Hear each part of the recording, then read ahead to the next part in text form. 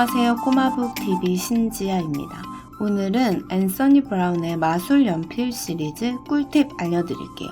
앤서니 브라운의 마술 연필 시리즈는 만 3세에서 5세 아이들에게 추천합니다. 이 책에서는 하얀 곰이 신기한 마술 연필, 마술 색연필을 가지고 다양한 그림을 그리면서 위기에서 탈출하는 스토리를 담고 있는데요. 앤서니 브라운은 그림 안에 재미있는 포인트를 많이 숨겨두는 작가이기 때문에 미리 알아두면 훨씬 더 풍성하게 그림책을 읽을 수 있습니다. 이번 영상에서 사용되는 사진은 제가 실제로 수업하고 있는 영상을 캡처했는데요. 실제로 수업할 때 아이들과 함께 보는 포인트를 알려드릴게요. 첫 번째, 앤서니 브라운의 마술 연필.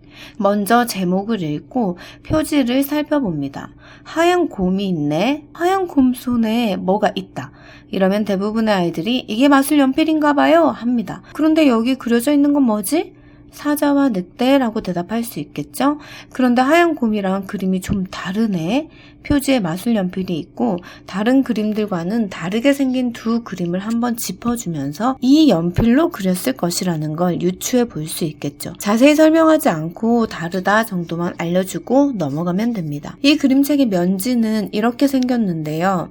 자세히 보면 대부분 곰과 다른 동물들이 그려져 있어요. 여기에 곰돌이가 몇 마리 있을까? 한번 찾아볼까? 하면 아이들이 그림을 자세히 봐가면서 찾아봐요. 모두 다 다르게 생긴 곰이라 꼭 다 찾아내야 하는 건 아닙니다. 여기서 보고 가야 할 중요한 포인트는 양쪽에 그려진 자동차 2대입니다. 여기 이렇게 귀여운 곰이랑 동물이 많은데 이 차들은 뭐지? 이런 차들은 공사장에서 본 것 같은데?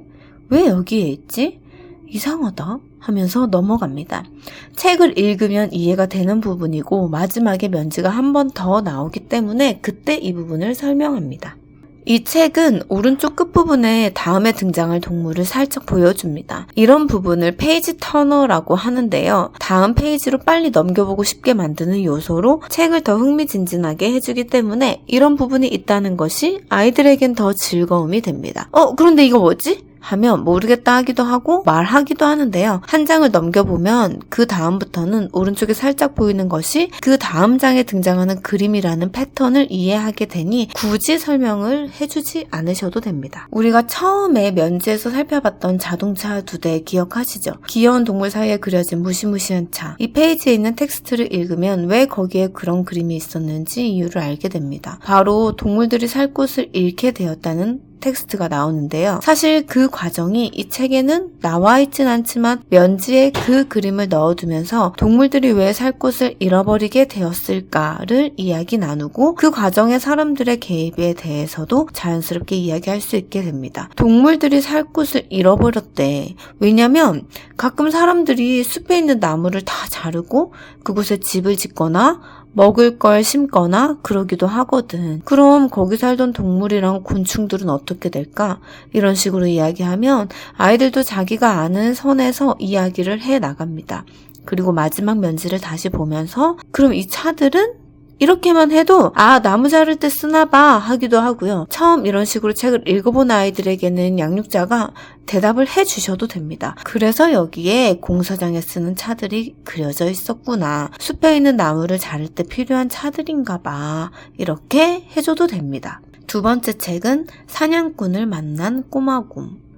이 책에서는 배경 속에 재미있는 그림들이 숨어 있습니다. 책을 한 번 다 읽고 그 다음에 읽을 때는 숨은 그림만 찾아봐도 즐거운 책입니다. 제가 동그라미 쳐놓은 부분들을 보시면 넥타이, 우산, 물고기, 손가락, 신발, 컵, 눈동자. 이 눈동자 꽃은 사실 위치가 바뀌고 있어요. 처음엔 사냥꾼을 쳐다보다가 다른 페이지에선 또 다른 인물을 바라봅니다. 이런 포인트도 연령이 높을수록 책에서 그림 읽기를 많이 할수록 잘 찾아내더라고요. 계속해서 모자, 손바닥, 사과, 하트, 도넛, 시계, 튜브, 입술, 뻐끔뻐끔하는 물고기, 새. 이렇게 하다 보면 어른이 보기엔 애매한 것들도 아이들은 제가 알려준 것보다 더 많은 것을 찾아내기도 합니다. 그럴 땐 그런 것 같다 하시면 됩니다. 세 번째, 시내로 간 꼬마곰. 이 책에서 살펴볼 포인트는 진열장 곰돌이들을 보면서 여기 좀 이상한 곰돌이 있다.